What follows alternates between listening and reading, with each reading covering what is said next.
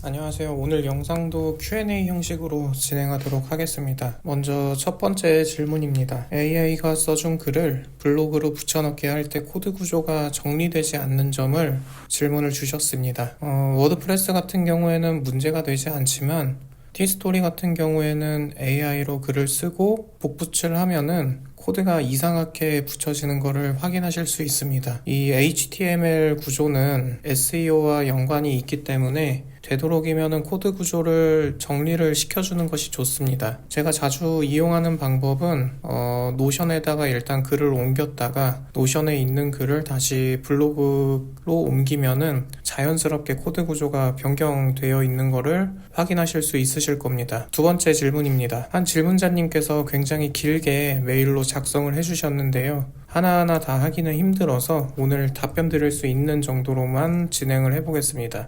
먼저 질문 중에서 사이트맵을 중복으로 이용해도 될까요? 라는 질문이었습니다. 아마 대부분 이용자분들께서는 사이트에 전체 사이트맵만 등록해가지고 이용을 하실 텐데 간혹 사이트 운영에 조금 익숙하신 분들은 포스트 따로 페이지 따로, 카테고리 따로 이렇게 사이트맵을 등록을 하시는 경우가 있습니다.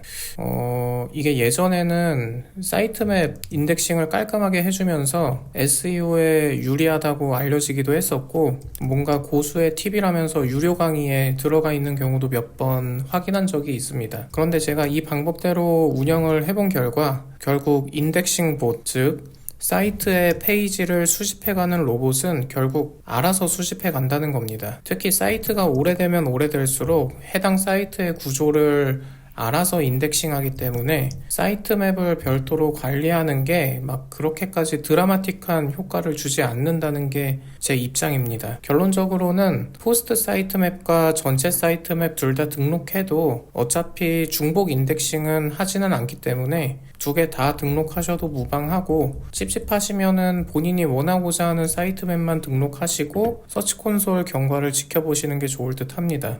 세 번째 질문은 발행된 글을 서치 콘솔에 등록할 때 나오는 세부 정보에서 사이트맵이 감지되지 않는다는 문제를 질문을 주셨습니다.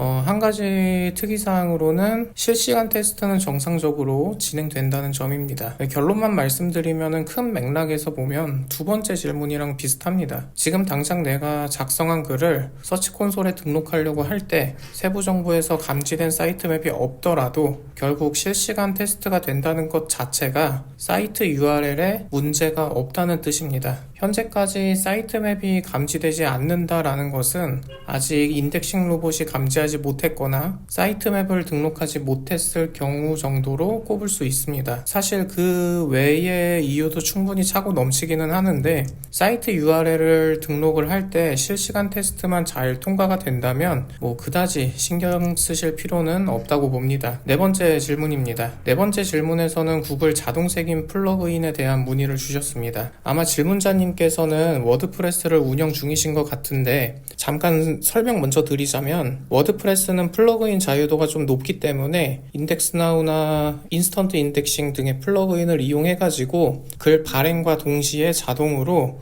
나 글 발행했으니까 알아서 수집해가 라고 로봇에게 바로 전달하는 기능이 있습니다. 즉 자동 크롤링 요청 기능이죠. 일단 질문자님의 문제는 자동 색인을 이용하기 때문에 너무 잦은 크롤링으로 인해서 내 글을 수집해가지 않는 건가 라는 불안감에 질문을 주신 것 같습니다. 그런데 그렇게 염려하지 않으셔도 될 것 같아요. 자동 색인도 글 수집 잘 해가고 며칠 지나서 아무거나 써두었던 글 하나 서치 콘솔에 기입해보시면은 이미 초록색 체크박스 떠 있으면서 이미 수집해 갔다는 메시지를 확인하실 수 있으실 겁니다. 물론 해외 사례들을 보면은 API를 이용한 자동 색인이랑 서치 콘솔을 이용한 수동 색인은 같은 영역처럼 보이지만 처리하는 프로세스가 다르다고는 합니다. 그래서 수동으로 일일이 하시는 분들도 계시고 아니면 플러그인으로 자동 색인을 이용하시는 분들도 계십니다.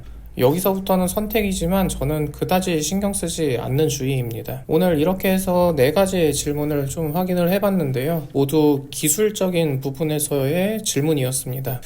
저는 이제는 이런 기술적인 것은 그다지 신경 쓰지는 않지만 처음 시작할 때 생각해보면 저도 똑같이 같은 고민들을 해왔던 것 같습니다. 하지만 매번 강조드리는 것은 결국 글을 작성하는 것에 초점을 두시라고 권장드리고 싶습니다. 사이트를 여러 개 운영하다 보면 코드 구조가 이상해도 그냥 업로드하는 경우도 태반이고, 글 수집 같은 거는 과거 글이 노출이 되고 있거나 사이트를 구글에 검색해봤을 때 잘만 나오고 있으면은 그다지 신경 쓰지 않는 편인 것 같습니다. 그럼에도 불구하고 시간이 어느 정도 지나면 알아서 수집해주고 해당 글이 가치가 있다고 판단되면 알아서 1페이지에 진입시켜 줍니다. 그렇기 때문에 기술적인 것에 너무 스트레스 받지 마시고 편안한 마음으로 글을 작성하시기를 권장드리겠습니다. 오늘은 여기까지만 하도록 하겠습니다. 모두 영상 시청해주셔서 감사드리고 다음 영상에서 뵙겠습니다.